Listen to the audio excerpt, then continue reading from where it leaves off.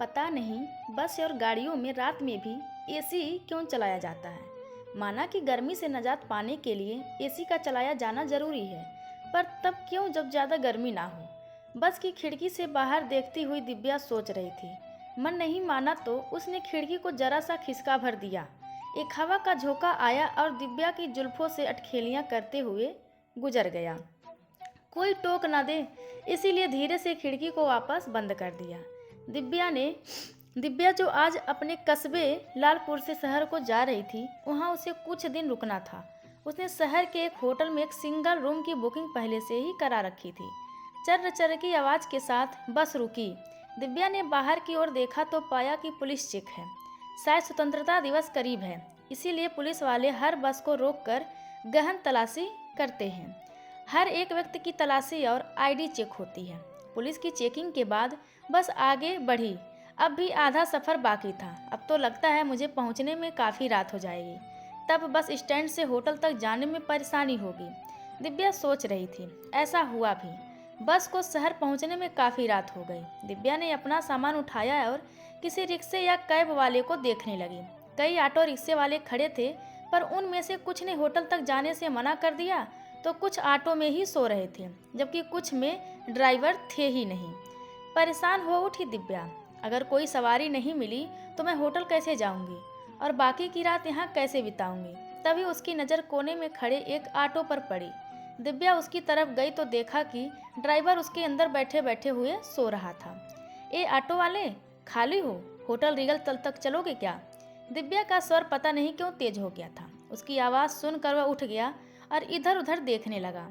जी, वह आखिरी बस आ गई क्या? मैं जरा सा सो गया था। हाँ बताइए मैडम, कहाँ जाना है? होटल रीगल जाना है मुझे, दिव्या बोली थी। हाँ जी बैठिए, कहकर उसने ऑटो स्टार्ट करके आगे बढ़ा दिया। होटल रीगल यहाँ से कितनी दूर होगा? दिव्या ने पूछा। वह मैडम कुछ नहीं तो 16 किलोमीटर तो पड़ ही जाएगा।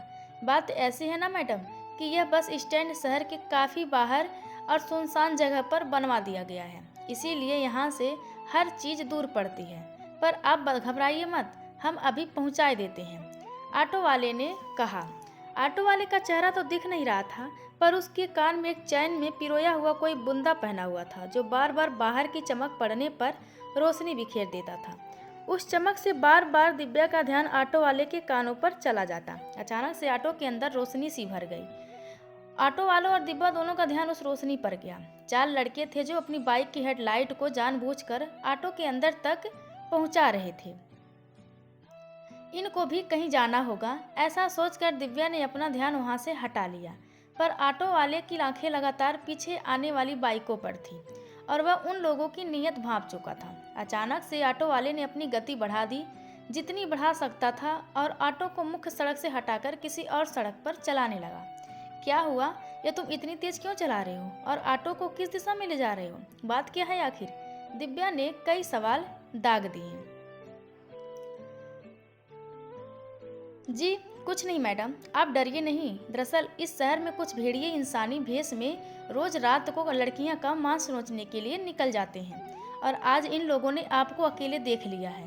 पर आप घबराइए नहीं, मैं इनके मंसूबे कामयाब नहीं होने दूंगा। आंखों को रास्ते और साइड मिरर पर जमाए हुए ऑटो वाला बोल रहा था। पीछे आती हुई बाइकों ने अपनी गति और बढ़ा दी और वे ऑटो के बराबर में आने लगे। ऑटो वाले ने अचानक ऑटो का एक दिशा में लहरा दिया और ऑटो के लहराने से बाइक वाला संभल नहीं पाया और बाइक कंट्रोल से बाहर हो गई और वह लहराता हुआ गिर गया। अपने साथी को गिरा देख एक दूसरा गुस्से में भर गया और बाइक चलाते हुए अंदर बैठी दिव्या के बराबर हाथ पहुंचाया। तुरंत ही दिव्या ने अपने हाथ में लाए हुए लेडीज छाते का एक जोरदार वार उसके हेलमेट पर कर दिया। इस अप्रत्याशित वार से वह भी बाइक समेत गिर गया। अपने 2 साथियों के चोटिल होने के बाद बाकी के दोनों सवारी का हौसला टूट गया। उन दोनों ने पीछे आना छोड़कर अपनी बाइकों को मोड़ लिया। उन गुंडों से पीछा छुड़ाने के चक्कर में ऑटो मुख्य सड़क से भटक कर पास में छोटी सड़क पर चलने लगा था और ऑटो वाला ड्राइवर बगैर इस बात का ध्यान करे ऑटो भगाता जा रहा था। और अब जब उसे इस बात का भान हुआ तब तक ऑटो शहर के किसी दूसरे हिस्से में आ गया था। वहाँ चारों ओर घुप अंधेरा था। बस जितनी दूर ऑटो की रोशनी जाती उतना ही रास्ता दिखाई दे रहा था। ऑटो चला जा रहा था, तभी अचानक ऑटो से खटाक की आवाज़ आई और ऑटो रुक गया। ऑटो ड्राइवर को जितनी तकनीक मालूम थी वह सब कुछ अपना लिया, पर कुछ हो ना सका। मैडम, अफसोस की बात है, हम शहर के किसी बाहरी हिस्से में आ गए हैं और वापसी का कोई उपाय नहीं है। अब हमें रात यहीं कहीं काटनी होगी। क्या मतलब? यहाँ कहाँ और कैसे? अब क्या करें मैडम, मजबूरी है, ऑटो वाला युवक बोला। फिर कहने लगा, वह सामने आसमान में ऊंचाई पर एक लाल बल्ब चमक रहा है, वहाँ चलते हैं, जरूर वहाँ हमें सिर छिपाने लायक जगह मिल जाएगी। अपनी उंगली दिखाते हुए उसने कहा और एक झटके से दिव्या का बैग उठा लिया और तेजी से चल पड़ा। उसका अंदाजा सही था।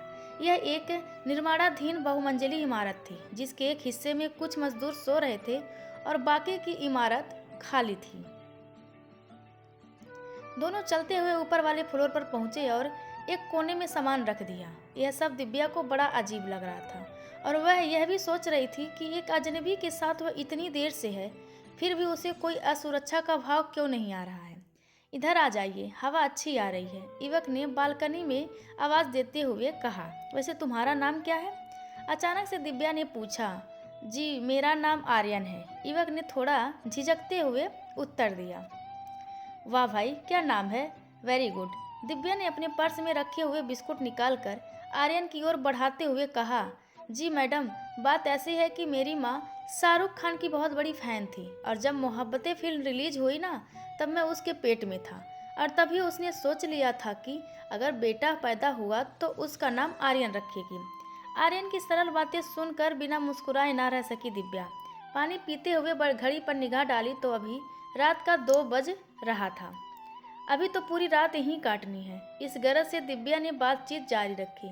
दिखने में तो खूबसूरत लगते हो और पढ़े लिखे भी, फिर यह ऑटो चलाने की जगह कोई नौकरी क्यों नहीं करते?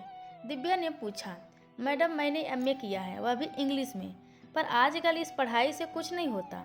या तो बहुत बड़ी डिग्री हो या फिर किसी की सिफारिश, और अपने पास दोनों ही नहीं। मरता क्या ना करता, इसीलिए ऑटो चलाने लगा। ओ, मोहब्बतें तो कुछ अपनी मोहब्बतें के बारे में भी बताओ। किसी लड़की से प्यार वार भी हुआ है या फिर? दिव्या ने पूछा। उसकी इस बात पर पहले तो आर्यन कुछ शर्मा सा गया, फिर उसकी आंखों में गुस्सा उतर आया। बोला, हाँ मैडम, मुझे भी प्यार हुआ तो था, पर अफसोस की लड़की ने धोखा दे दिया। एक दिन मैं ऑटो लेकर घर वापस जा रहा था, तभी सड़क के किनारे मैंने देखा कि एक लड़का पड़ा हुआ है, उसके सिर से खून बह रहा है और भीड़ भी मोबाइल से वीडियो बना रही है। कोई उस लड़के को अस्पताल लेकर नहीं जा रहा। उस लड़के के साथ एक बदहवास सी लड़की भी थी। मुझे उन दोनों पर दया आई और इंसानियत के नाते मैंने उन दोनों को अस्पताल पहुंचाया। अस्पताल में उस लड़के को जब खून की ज़रूरत पड़ी तो उस लड़की ने मुझसे मदद मांगी। मुझसे कहा कि वह लड़का उसका भाई है और खून का इंतजाम करना है। मैं क्या करता, मैंने अपना खून उस लड़के को दे दिया और उसकी जान बचाई। उस लड़की ने मुझे शुक्रिया कहा और बदले में मेरे को अपने घर का पता व अपना मोबाइल नंबर दे दिया, साथ ही मेरा घर नंबर ले लिया। और फिर रोज़ सुबह ही उस लड़की का व्हाट्सएप पर मैसेज आता और चैटिंग भी करती। वह मुझसे पूछती कि वह उसे कैसी लगती है और इसी तरह की कई दूसरी बातें भी पूछती थी। एक दिन मेरे मोबाइल पर उसी लड़की का फ़ोन आया और उसने मुझे अपने घर पर बुलाया। मैं उससे मिलने के लिए आतुर था, इसीलिए तैयार होकर उसके घर पहुंच गया। पता नहीं क्यों मुझे लगने लगा था कि वह लड़की मुझसे प्यार करने लगी है, इसीलिए मैं उसके लिए एक लाल गुलाब भी लेकर गया था। जब मैं वहां पहुंचा तो उसने मेरा खूब स्वागत भी किया।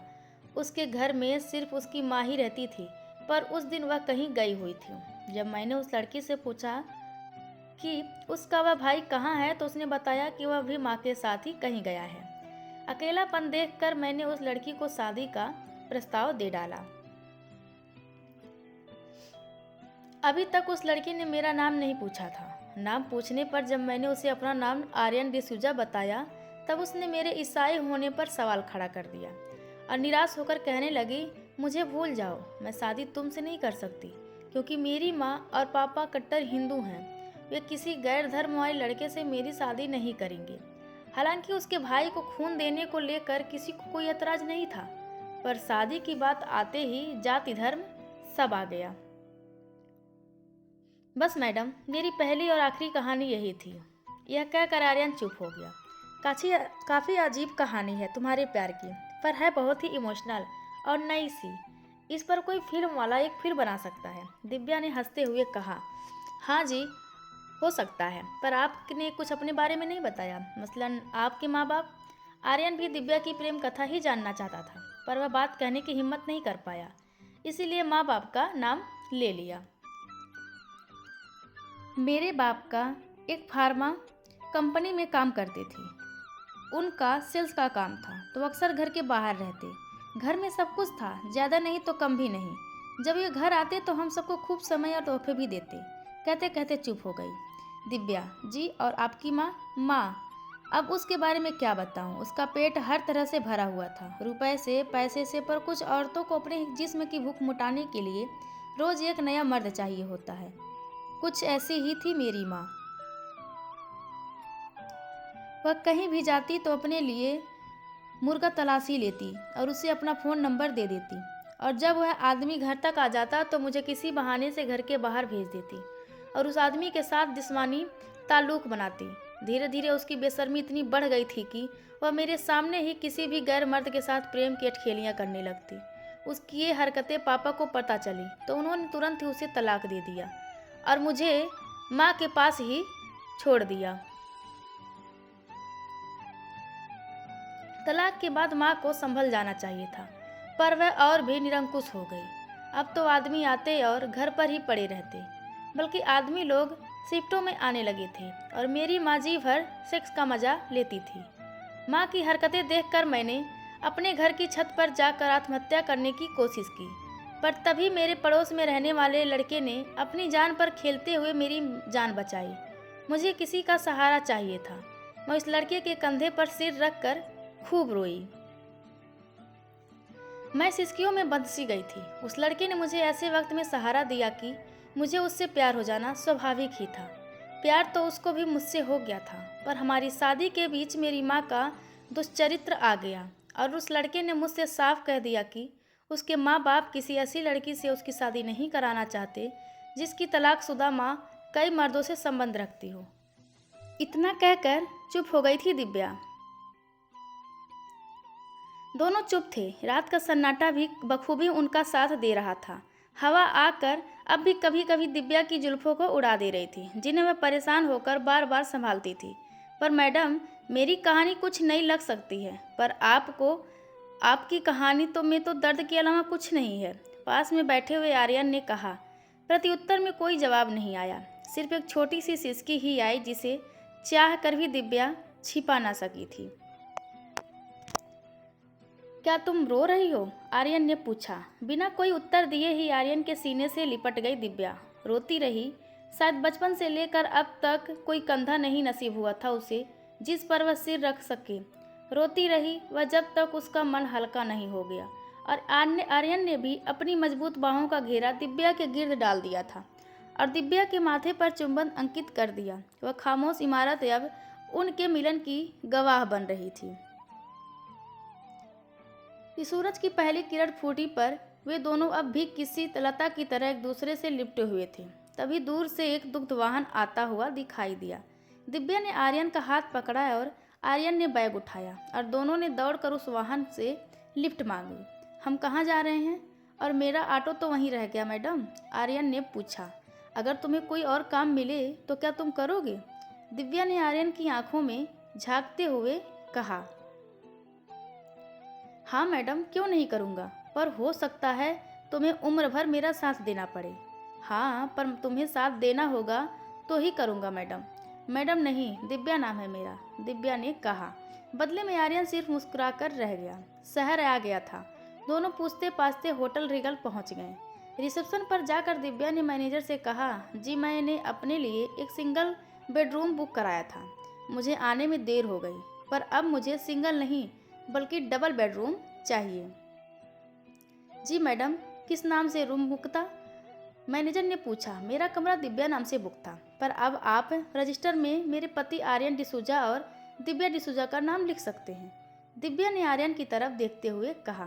दोनों बहुत ज़्यादा खुश हुए। तो दोस्तों, ये कहानी आप सभी को कैसी लगी? कृपया कमेंट करके ज़रूर बताएं और चैनल को लाइक शेयर और सब्सक्राइब करना बिल्कुल ना भूलें। धन्यवाद आप सबका।